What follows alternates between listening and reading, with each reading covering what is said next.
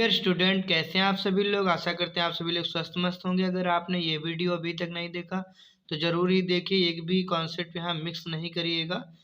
अगर आपने मिस कर दिया तो फिर आप बोर्ड परीक्षा या देने जा रहे हैं और फिजिक्स क्लास 12th में हैं तो ये फिजिक्स के इम्पॉर्टेंट जो है यहाँ पे क्वेश्चन है बोर्ड रिलेटेड, बोर्ड परीक्षा में पूछे जाने वाले ये प्रश्न हैं और बार बार आने वाले। तो पहला प्रश्न यहाँ पे देखिए, विद्युत आवेश तथा आवेश के प्रकार, इसकी थ्योरी तैयार कर लीजिए। कूलाम का नियम तो ये इम्पॉर्टेंट में इसको डाल लीजिए, इसे तो करना ही करना है। और इसमें बीमा और मात्रक सारी चीज़ें, विद्युत बल रेखाएं और इनके गुण, ये भी तुमको करना है। विद्युत द्विध्रुव आघूर्ण, ये जितने मैं टॉपिक बता रहा हूँ इन्हें करना ही करना है, प्रूविंग भी करना है। विद्युत द्विध्रुव के कारण अच्छी स्थिति में विद्युत क्षेत्र की तीव्रता, यहाँ 2p/r3, और विद्युत द्विध्रुव के कारण निरक्षीय स्थिति में विद्युत क्षेत्र की तीव्रता। गॉस की प्रमेय, गॉस की प्रमेय वेरी मोस्ट इम्पॉर्टेंट है। अनंत लंबाई के एक समान आवेशी सीधे तार के निकट विद्युत क्षेत्र की तीव्रता। अनंत विस्तार की समतल आवेशित अचालक चादर के निकट विद्युत क्षेत्र की तीव्रता। विद्युत विभव तथा विभवांतर, इनका जो है मात्रक तो सेम ही रहता, वोल्ट ही रहता, लेकिन थ्योरी थोड़ी चेंज रहती है। तो यहाँ पर देखिए अगला टॉपिक अपने पास है विद्युत द्विध्रुव की अच्छी स्थिति में विद्युत विभव, विभव प्रवणता और चालक की धारिता C बराबर Q/V वाला फार्मूला। संधारित्र और संधारित्रों का संयोजन, श्रेणी क्रम और समांतर क्रम। ध्यान रखना कि यहाँ पे जो श्रेणी क्रम होता है वो ये वाला होता है और समांतर क्रम ये वाला होता है, इसे जरूर याद रखना। क्योंकि प्रतिरोधों में ये श्रेणी क्रम होता है, अगर प्रतिरोध होता तो ये समांतर क्रम और ये श्रेणी क्रम होता है। लेकिन जो धारिता होती है, धारिता का जो संयोजन होता है संधारित्र का, वो उल्टा होता है। या ये देखिए, ये है श्रेणी क्रम का और ये है समांतर क्रम का। चलिए विद्युत धारा देखते हैं। विद्युत धारा I बराबर Q/T, ये वाला करना है। और यहाँ ओम का नियम वेरी मोस्ट इम्पॉर्टेंट हो जाता है। विशिष्ट प्रतिरोध, प्रतिरोधकता, ये भी बढ़िया इम्पोर्टेंट है। विद्युत प्रतिरोध आर हमें ज्ञात करना है। आर यहाँ से निकालेंगे तो V/I आएगा, यानी विद्युत धारा के मार्ग में जो अवरोध उत्पन्न करता है। प्रतिरोधों का संयोजन देखिए श्रेणी क्रम का होगा, ये है समांतर क्रम का 1/R1 + 1/R2, और श्रेणी क्रम का क्या होगा, R बराबर R1 + R2। तो ये अपना तैयार रखना है।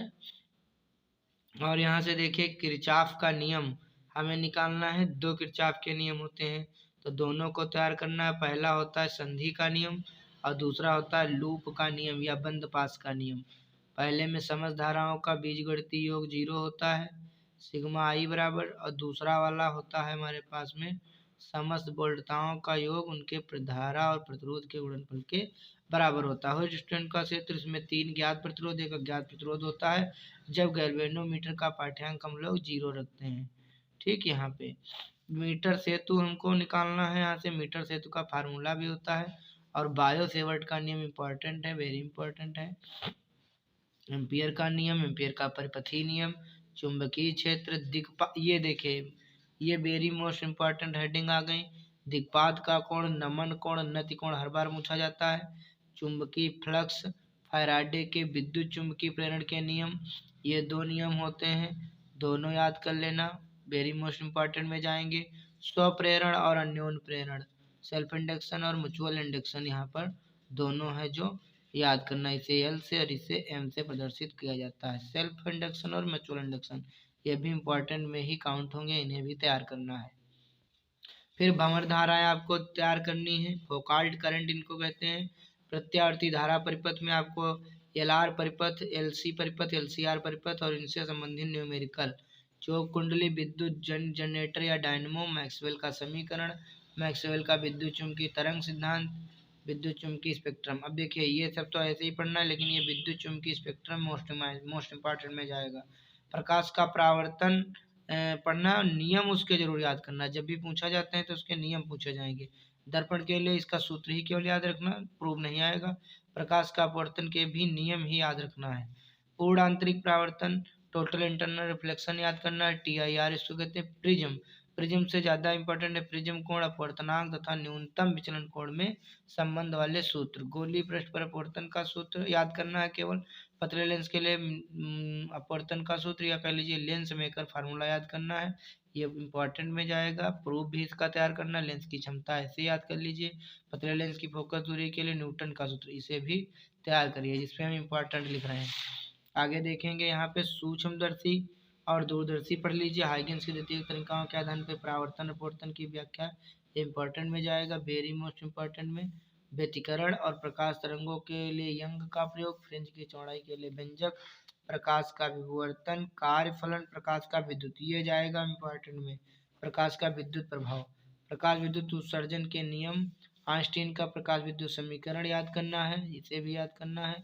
रदरफोर्ड का अल्फा कण प्रकीर्णन, रदरफोर्ड का परमाणु model, hydrogen spectrum, hydrogen spectrum very most important में जाएगा क्योंकि इसमें जो है लाइमन, बामर, पाश्चन, ब्राइकेट, फुंड, लाल बाल पर बिकते फल, लाइमन, बामन, लाल बाल पर, पाश्चन, ब्राइकेट, फुंड, ये पांचों श्रेणियां तुम्हें याद करनी, चित्र भी बनाना। नाभिकीय बल, अर्धायु, नाभिकीय बंधन ऊर्जा, नाभिकीय विखंडन, नाभिकीय संलयन, वेरी मोस्ट इंपॉर्टेंट में ये दोनों हेडिंग्स तैयार करना। अर्धचालक सेमीकंडक्टर्स पढ़ना है।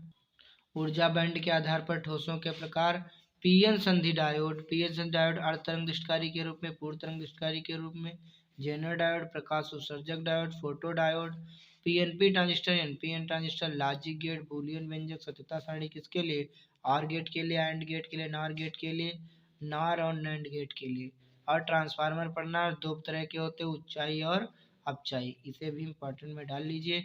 ये सब इतने आप जो है तैयार करके थ्योरी जाएंगे, बाकी आप जो है न्यूमेरिकल इनसे सबसे रिलेटेड पढ़ के जाएंगे। आशा करते हैं वीडियो बहुत काम आएगा। धन्यवाद।